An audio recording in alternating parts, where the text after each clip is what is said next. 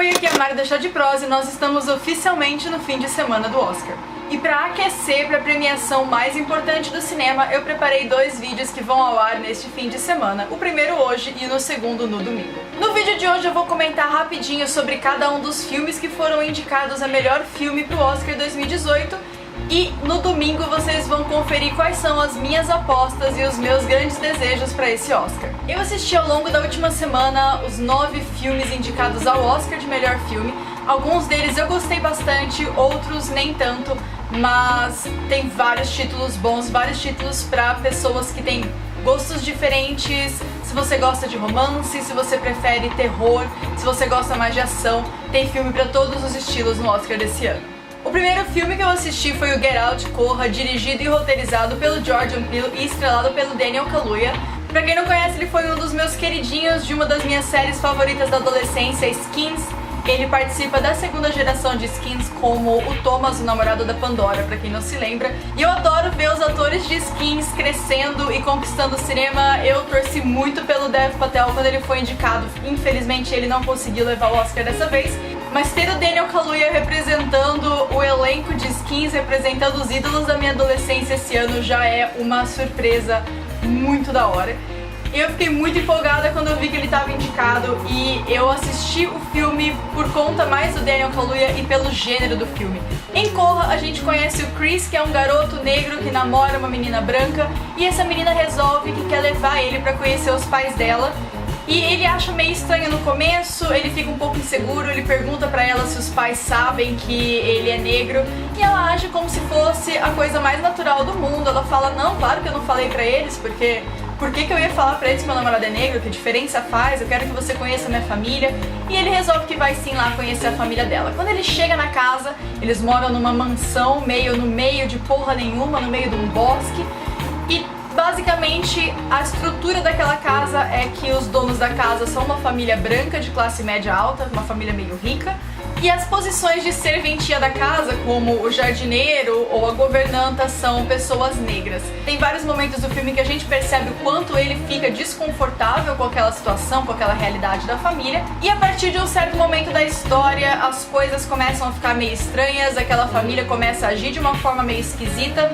Mas esse filme, ele é um terror psicológico maravilhoso que não te deixa perceber se as coisas estão realmente acontecendo de uma forma que não deveriam ou se a gente está tendo só a percepção do personagem porque ele se sente desconfortável naquele ambiente.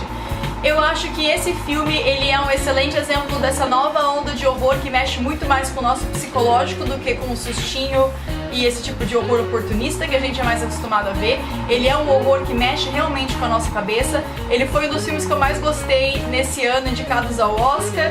E ele ainda, acima de tudo, ele trata questões de racismo e questões do desconforto que o racismo causa na pessoa negra. Você assistir esse filme, você tem aquele breve momento de 2 horas em que você entende como uma pessoa negra se sente em um ambiente que parece hostil pra ela e um ambiente que é desconfortável. O segundo filme que eu assisti foi o Call Me By Your Name, Me Chame Pelo Seu Nome, dirigido pelo Luca Guadagnino, roteirizado por James Ivory e baseado no livro de André Aciman.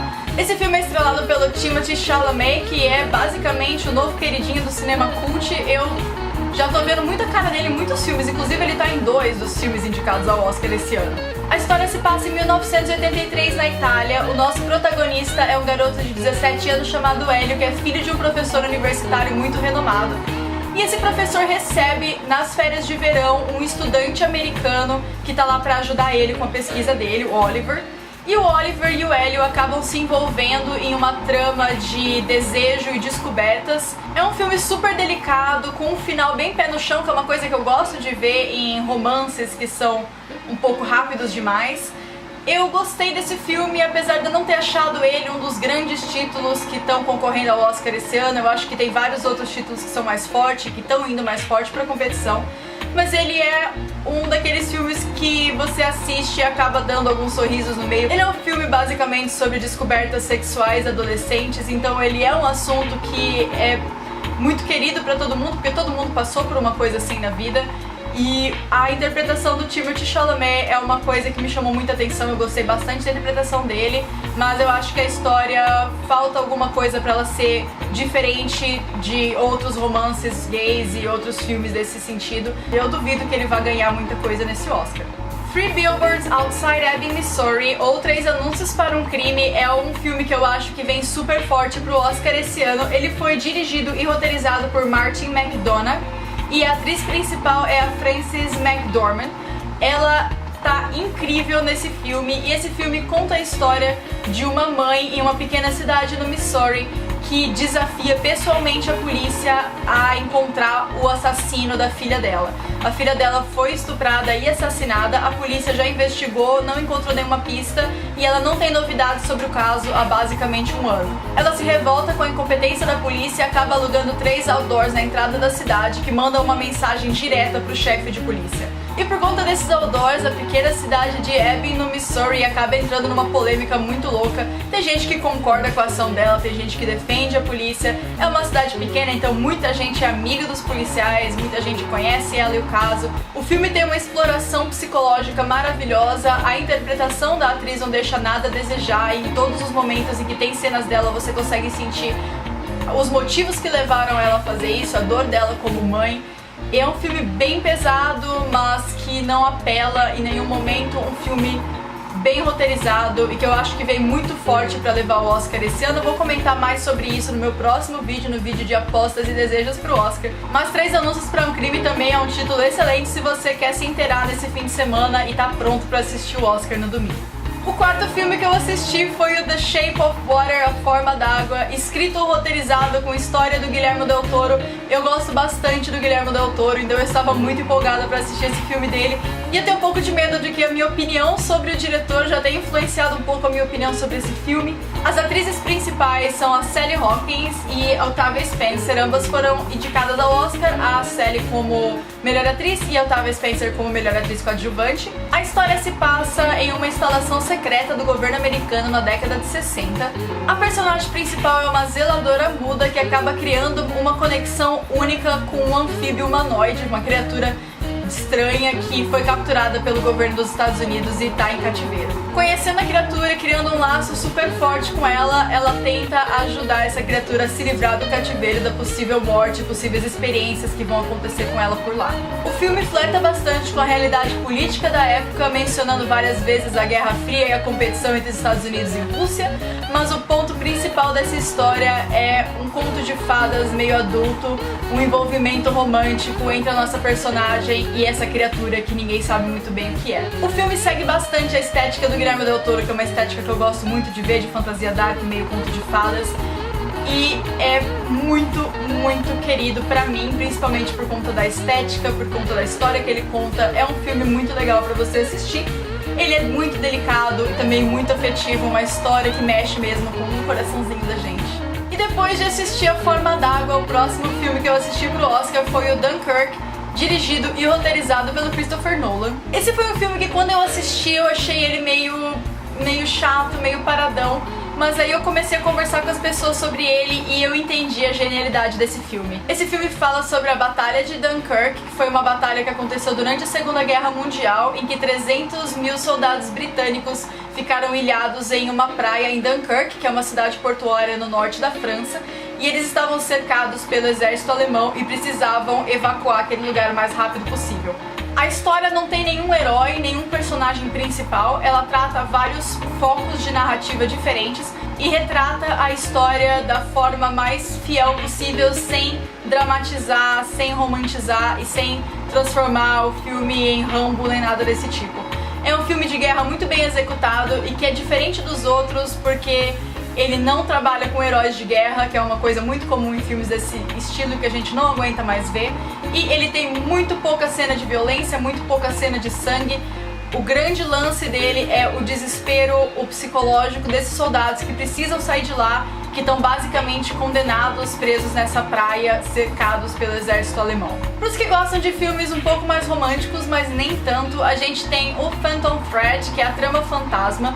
Ele é um filme dirigido e roteirizado por Paul Thomas Anderson e os atores principais desse filme são a Vicky Krieps e o Daniel Day-Lewis. O filme se passa na Londres da década de 50, o nosso personagem principal é o Reynold Woodcock, e ainda bem que esse filme se passa na década de 50, porque eu fico pensando como é que uma pessoa sobreviveria ao colegial com um sobrenome como Woodcock. O Reynold Woodcock é um estilista super famoso, super aclamado, super egocêntrico e excêntrico, e ele tem a vida dele virada basicamente do avesso no momento em que ele conhece uma garota chamada Alma, e essa menina começa a ser pra ele uma modelo, musa e também um envolvimento romântico, um envolvimento afetivo de uma forma meio estranha.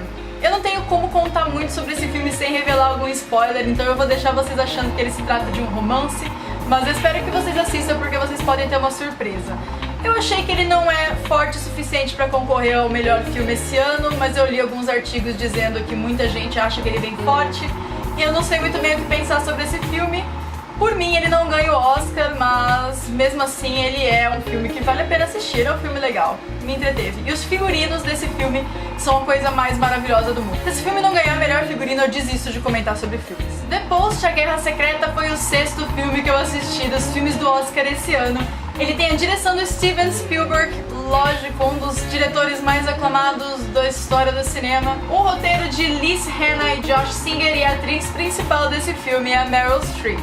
Então ele é assim, ele é um filme que seria indicado ao Oscar mesmo se ele não fosse bom, porque Meryl Streep como atriz principal e direção do Steven Spielberg já é uma coisa que é considerado por muitos um Oscar bait, que é basicamente o tipo de filme que é indicado ao Oscar, não importa o que ele seja. Mas eu acho que o The Post, ele conta uma história muito legal, e ele foi um filme que eu gostei muito de assistir, principalmente por ser formado em jornalismo. A história se passa em 1970 e ela é a dramatização de uma história real. No filme a gente tem alguns jornalistas do Washington Post vivendo uma verdadeira guerra secreta contra o governo americano. Eles tiveram acesso a alguns documentos que revelam uma verdade sobre o envolvimento dos Estados Unidos na guerra do Vietnã, e eles pretendem publicar isso, mas é uma questão muito complicada porque eles já foram proibidos pelo próprio presidente de publicar esse conteúdo. A nossa personagem principal, vivida pela atriz Meryl Streep, é a Kay Graham. Ela foi a primeira editora-chefe mulher de um jornal dos Estados Unidos, e ela tá basicamente numa sinuca de bico. Ela precisa mostrar que ela é uma editora-chefe firme, que ela tá defendendo o jornalismo ali, que ela não tá lá pra brincadeira, que ela não é uma mulher que vai deixar os homens comandar tudo por ela. Ela tem que tomar a decisão entre publicar esses textos, correndo risco de tomar processo, possíveis prisões do governo, ou deixar isso pra lá, cobrir com panos quentes e fingir que nada aconteceu. O filme é tenso, ele é ótimo para as pessoas da área de comunicação, principalmente de jornalismo, porque ele mostra uma situação muito real, que é a situação em que o jornal tem algo muito importante que precisa ser publicado, mas que mexe com questões políticas e que em muitos casos é deixado de lado, porque o jornal não quer correr riscos também, não é mesmo? E a interpretação da Meryl Streep é maravilhosa, pra mim foi o ponto alto do filme todo. O penúltimo filme que eu tenho pra comentar hoje é Lady Bird, A Hora de Voar, dirigido e roteirizado por Greta Gerwig, e a atriz principal é a Saoirse Ronan. Esse filme foi o único filme indicado ao Oscar esse ano que foi dirigido por uma mulher, e ele conta a história da Christine, uma adolescente de 17 anos em Sacramento, na Califórnia, no ano de 2002. A Christine, ela tem umas inclinações bem performáticas, bem artísticas, e ela adota pra si mesma o nome de Lady Bird. É um filme bem intimista que conta muito as relações adolescentes com família, sexo, relacionamentos, inclusive uma relação meio complicada que ela tem com a mãe dela. Ele é um filme bem afetivo que pode te puxar bastante se você se identificar com o tipo de coisa que ele tá contando, e é muito difícil não se identificar com a história de uma garota adolescente em conflito. Então ele é um filme que puxa a gente bastante pelo lado intimista, pelo lado dos sentimentos. E eu achei que a personagem principal, a Christine Lady Bird, ela foi uma personagem muito bem criada, uma personagem muito real, muito viva, e que traz pra gente muito da nossa própria adolescência. Eu me senti muito puxada por esse filme porque vários dos conflitos que a Christine tem durante a história eu também tive. Então pode ser que eu tenha gostado mais dele pela questão afetiva, mas ele foi um dos filmes que eu gostei bastante, apesar de eu achar que, assim como vários outros títulos que eu mencionei aqui, ele não vem forte pra concorrer ao Oscar esse ano. E o último filme, sim gente, estamos acabando, o último filme é Darkest Hour, O Destino de uma Nação, dirigido pelo Joe Wright, com o roteiro de Anthony McCarten, ele é um filme contemporâneo ao Dunkirk. Então, enquanto Dunkirk mostra o que está acontecendo lá em Dunkirk, na França, dos pontos de vista dos soldados que estão lá na guerra, Um Destino de uma Nação conta pra gente o que está rolando na Inglaterra a respeito dessa situação.